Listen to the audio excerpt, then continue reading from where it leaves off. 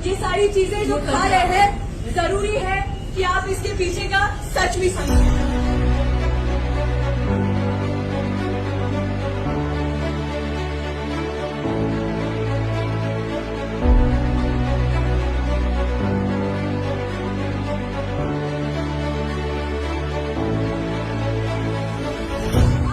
फलस्तीन में नरसंहार हो रहा है, कत्लेआम मच रहा है, वहाँ बच्चे भूख से मर रहे हैं और इस नरसंहार में, इस जेनोसाइड में मैकडॉनल्ड्स भी कॉम्प्लिसिट है। और इसी के साथ ये मांग कर रहे हैं कि भारत सरकार हत्यारे इजराइल के साथ, सामंतवादी इजराइल के साथ तमाम कूटनीतिक रिश्ते तोड़े।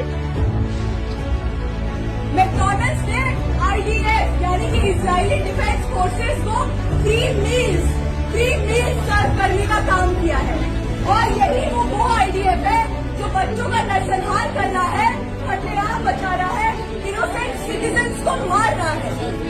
आप BDS मूवमेंट, बॉयकॉट, डाइवेस्टमेंट और सेक्शन मूवमेंट के तहत हम आपसे अपील करते हैं कि तमाम जस्टिस लविंग पीपल, इंसाफ पसंद लोग मैकडॉनल्ड्स का बॉयकॉट करें। आज हिंदुस्तान की आवाम को फिलिस्तीन के मुक्ति संघर्ष के समर्थन में खड़ा होना ही होगा, क्योंकि हम खुद 200 साल गुलामी झेल चुके हैं। कि दुनिया भर में इस वक्त दुनिया के कई देशों में लोगों का महासमुद्र सड़कों पर उतर के फिलिस्तीन की आजादी के लिए लड़ रहा है, क्योंकि ये किसी धर्म का मसला नहीं है, ये किसी मजहब का मसला नहीं है जैसा कि हमें बताया जाता है।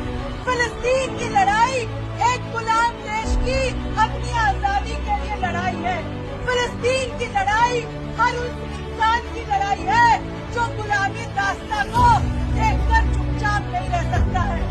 तो हम तमाम लोग जो यहाँ खड़े हैं, हम आप सभी से आह्वान करने आए हैं, आप सभी का अपील करते हैं कि फिलिस्तीन की आजादी के संघर्ष में आप भी अपनी आवाज बुलंद करें। और इसके बाद आखिर में मैं कविता पढ़ना चाहती हूँ, जो कविता फिलिस्तीनी आवाम के जज्बे को, उनके संघर्ष को दिखाती है। जाओ मेरी जमीन का आखिरी टुकड़ा भी ले लो, जेल की कोठरी में मेरी जवानी झोंक दो, मेरी किताबें जला दो, मेरी विरासत को लूट लो, मेरी थाली में अपने कुत्तों को खिलाओ। जाओ मेरे गांव के छतों पर आतंक के जाल फैला दो। इंसानियत के दुश्मन मैं समझौता नहीं कर